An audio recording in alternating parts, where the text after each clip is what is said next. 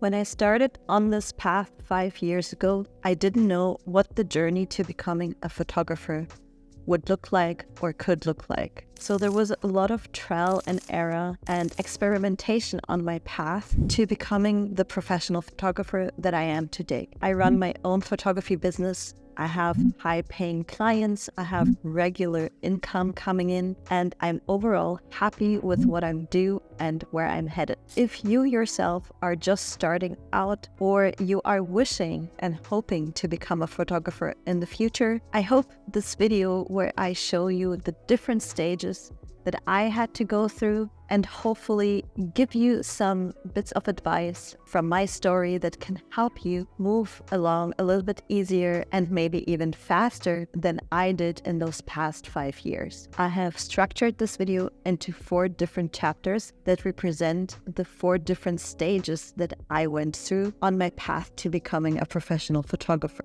There's the hobby stage, there's the Clueless freelancer stage, there's the part-time photographer stage, and then there's the final stage, the photography business. I tell you about how I started building a portfolio, how I started charging my first clients, how I was looking for my niche and how I found one, and also what I think it takes to build a photography business in this day and age. Let's get started with the video. So I bought my first camera about 5 years ago in 2019, thinking that I was going to start a new hobby. And this is the way I approached it. I didn't invest much money into this camera. I bought it used in a secondhand shop, and I decided to start to teach myself how to use this camera and how to take analog photographs. This quickly became a passion and a total obsession for me. I would buy roll after roll of film and take pictures of my friends, some family members, street festivals, and take some portraits of strangers. At this point, I was actually working as a copywriter on a freelance basis for different kinds of startups and businesses and writing basically copy for their apps and their websites and earning my money that way. I wasn't really thinking of starting photography as a professional photographer or that this could be a potential business. I was just looking to express myself in a different way than typing on my computer and basically writing, which was my job at the time, even though I did have the feeling that my copywriting job wasn't really creatively fulfilling me.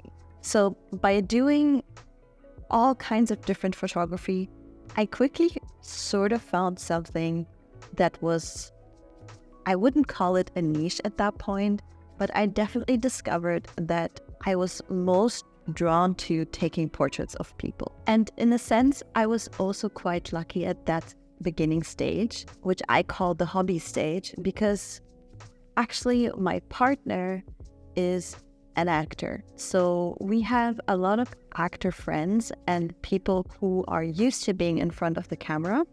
So it was kind of a no-brainer for me to start asking those people if I could take some portraits of them. I knew that I could learn a lot this way because those people were already used to the situation, they were professionals, and that would take some of the guessing out of the game for me because I just would make it easier for myself to create good portraits by working with people who are used to being in front of the camera. So I think at that stage, I asked about maybe 4 or 5 different people to do some kind of portfolio shoot with me and be in front of my camera. And this is also the way that I think I slowly and almost kind of accidentally transitioned into the second stage. I call the second stage the Clueless freelancer stage because honestly, I don't think I know what I was doing, but I was just trying out a ton and I was doing some research online, also on YouTube videos to see how other people were approaching this. I would say this stage lasted from a month 6 into my journey to about year 2. So probably like 1.5 years in total, because I was taking portraits of actors. I started to post them and share those photos on Instagram, and other actors would see my photos and start to compliment me on my work. That was already quite cool. But then I had one person reach out to me and they asked me, oh, can I hire you and maybe pay you something? And to be honest, at that point, I wasn't really comfortable presenting myself as a professional photographer and fully charging for what I was doing. So I made a deal with that person. I said, okay, let me photograph you. I'm still kind of at my trying out portfolio stage, but what we can do is you can pay for the film and for the development of the film and for the scans. I was only working analog back then. We can do a deal that way. You can get the photos, I get the experience, and you basically pay for the cost of the shoot. She agreed, so I think I used 3 rolls of film for that shoot, and it turned out to be about like 90 euros worth of film and development and scans, and she paid for all of that. And she was quite happy with the photos. I think I'm actually still quite happy with the photos that we took back then. And this was kind of like my first ever paid client. So I was thinking, okay, this actors thing has some potential because I know a lot of actors. I can just keep doing what I'm doing and then slowly start to build up my actor headshot portfolio and start charging a little bit more from shoot to shoot. So then I started to slowly increase my prices, and I think I went from an initial like 200 euros for a set of headshots to 300, then to 400, and then on and on and on. And I would actually increase my prices every couple of people that I would shoot, because I was also getting better. My skills were getting better. I would also need more and more film to shoot. And as you know, film is quite expensive these days, and it was back then. But on the other hand, I didn't have any other cost because I didn't buy a camera. I didn't buy any sort of flash lighting system. I didn't rent out a studio. So my cost of my business was super, super low at that point, just paying for the film and using like a 200 euro camera that I had initially bought for my hobby. So I was then going from initially knowing that portrait is kind of my first niche and my strength to kind of really focusing in on headshot photography for actors. I was also starting to pick up quite a few skills that have nothing to do with the photography itself. It was more about like negotiating with the person that was hiring me, understanding what they're looking for, and creating some kind of brief and a structure for each shoot. I had to create an invoice and how it would work if somebody booked me, but then they had to cancel the appointment. So I would have to put some things in place that wouldn't happen in the future. And I was making a ton of mistakes. People were canceling on me. They were like taking too much time to pay me. I kind of over-delivered on stuff and felt like I hadn't been paid enough for what I had delivered. And it was a very confusing time. And I bet that a lot of people experienced this. This was also kind of the moment where I realized, okay, I wish there were some more resources out there, like more YouTube channels talking about the stuff that goes beyond the gear reviews and that goes beyond the how to edit stuff in Lightroom, and in terms of like improving your craft. All that is super important, but I think you will pick up these things if you continue to do work and keep getting jobs.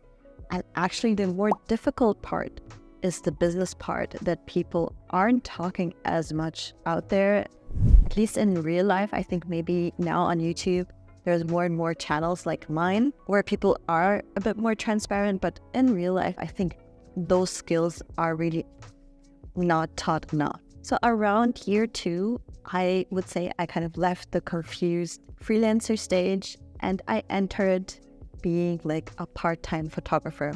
This is also when I started the YouTube channel, and I kind of knew by that time that photography was something that I did want to approach as a business and not just a hobby. And I started to professionalize all my processes. It was also at that time that I actually decided to learn way more about the artistic side of photography and the craft. And I had sort of reached the limit or the ceiling to what I could teach myself, or I just found it too difficult to teach myself everything. So I decided to start on a photography degree part-time here in Berlin at Ostkreuzschule, which is a photography school that mostly focuses on documentary and artistic photography and sort of more like photojournalism, editorial style. They don't focus as much on like the commercial part or like fashion photography and all of that. But still, I knew that I could learn a lot from that school and the people who were teaching at that school. So I decided to invest in that and commit to that. So by observing people who were teaching at that school and telling us about how they navigated the life as a photographer, I started to understand more and more what it actually takes to be a professional in this sphere and to build it up as a business. And I believe that, of course, creating quality work is part of that, but I think there are so many more ingredients, like becoming good at sales, becoming good at marketing and understanding the whole social media game today, but also like how to build a team around you, like maybe have an assistant, have a go-to like stylist and hair and makeup person, how to navigate like working in a studio setting and organize like a shot list, and all of the things that make a professional photographer act and appear professional to the client and the outside world are such important skills.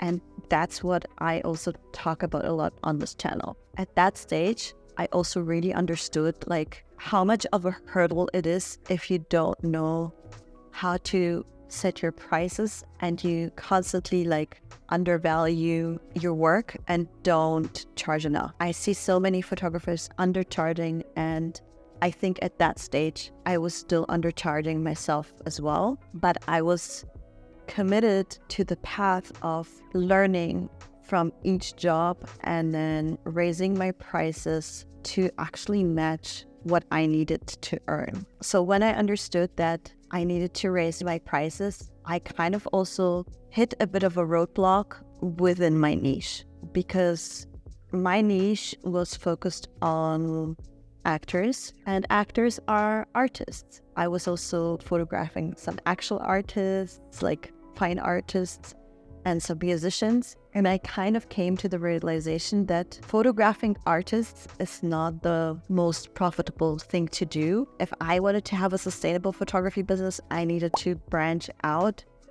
to more corporate and commercial clients that had bigger budgets to spend on a shoot to be able to actually make this profitable and make a living wage basically with this career. By the end of that phase, I understood, okay, I needed to branch out into more niches.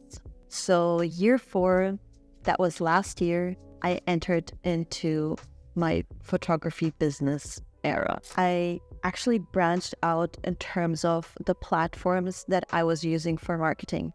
So initially, I was using Instagram mostly to share my work on there and to reach my audience of actors and artists. And I still use the platform specifically for that. So my portfolio, if you check my Instagram, is mostly consistent of headshots. Because I knew I wanted to branch out, I also started posting some content on LinkedIn. I think LinkedIn has still so much potential for photographers. Let me know if you want me to make a video on LinkedIn. Give this video a like so I know this is something you want me to talk about more. Because I knew the corporate clients are all on LinkedIn, I started to post more on there, and I started to get some bookings from corporate clients, which definitely had bigger budgets. Now I was starting to get clients with bigger budgets, and I think that's where my photography business stage really began,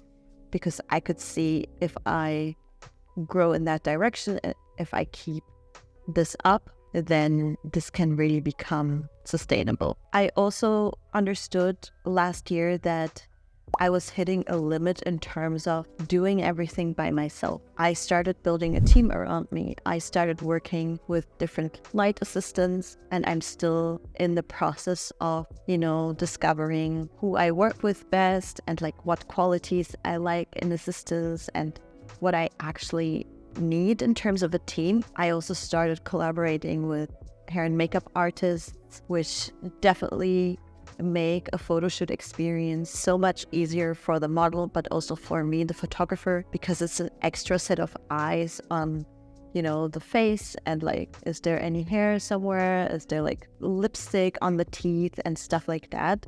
So it really helps to collaborate with the team. Even a small team of people can make a big difference to the quality of the work, but also how heavy it feels in terms of the workload. Yeah, so definitely professionalizing means working with a team. I also came to the realization within the last year that building a photography business that provides services to people is not the only thing that I want and that I want to focus on, but that I do need to have several branches within my business to make it not only financially rewarding, but also fulfilling to me. Those other parts are pursuing the artistic parts of photography a bit more by participating in competitions, creating a body of work that has nothing to do with clients and client demands, but that I strictly do for myself. But going into that branch, knowing that there's probably not going to be a big financial reward in that, but mostly something that fulfills my creative need and my soul, and, maybe also gives me a chance to eventually break into the art market a little bit and get some, exhibitions and maybe publish a photo book, get some acclaim and recognition, which honestly I think is important to a lot of people. It's important to me, but also incorporating that other aspect of seeing like what are potential like side hustles that can develop into something more. And definitely YouTube is a big aspect of that, because I think I learned a lot of skills from YouTube, like talking to the camera, filming. It's something that brings me joy, but also has like a bigger upside within my business, because, I can help other photographers, and that can be valuable as a part of my business as well. So the lesson here from that stage is definitely like to ask yourself, like, is your business just one thing, or can it be several things that feed off of each other and build something that you are happy working for and building for? So this entire journey took 5 years now, and I'm still in the middle of it. I'm still on my journey. I'm still figuring things out. I'm making 5 figures now in the business, but I'm nowhere near done. And I definitely want to grow and develop and experience so many more things. If you want to be with me on the journey and you're also on the journey, subscribe to this channel, and I will see you in my next video. Thank you for watching. Bye bye.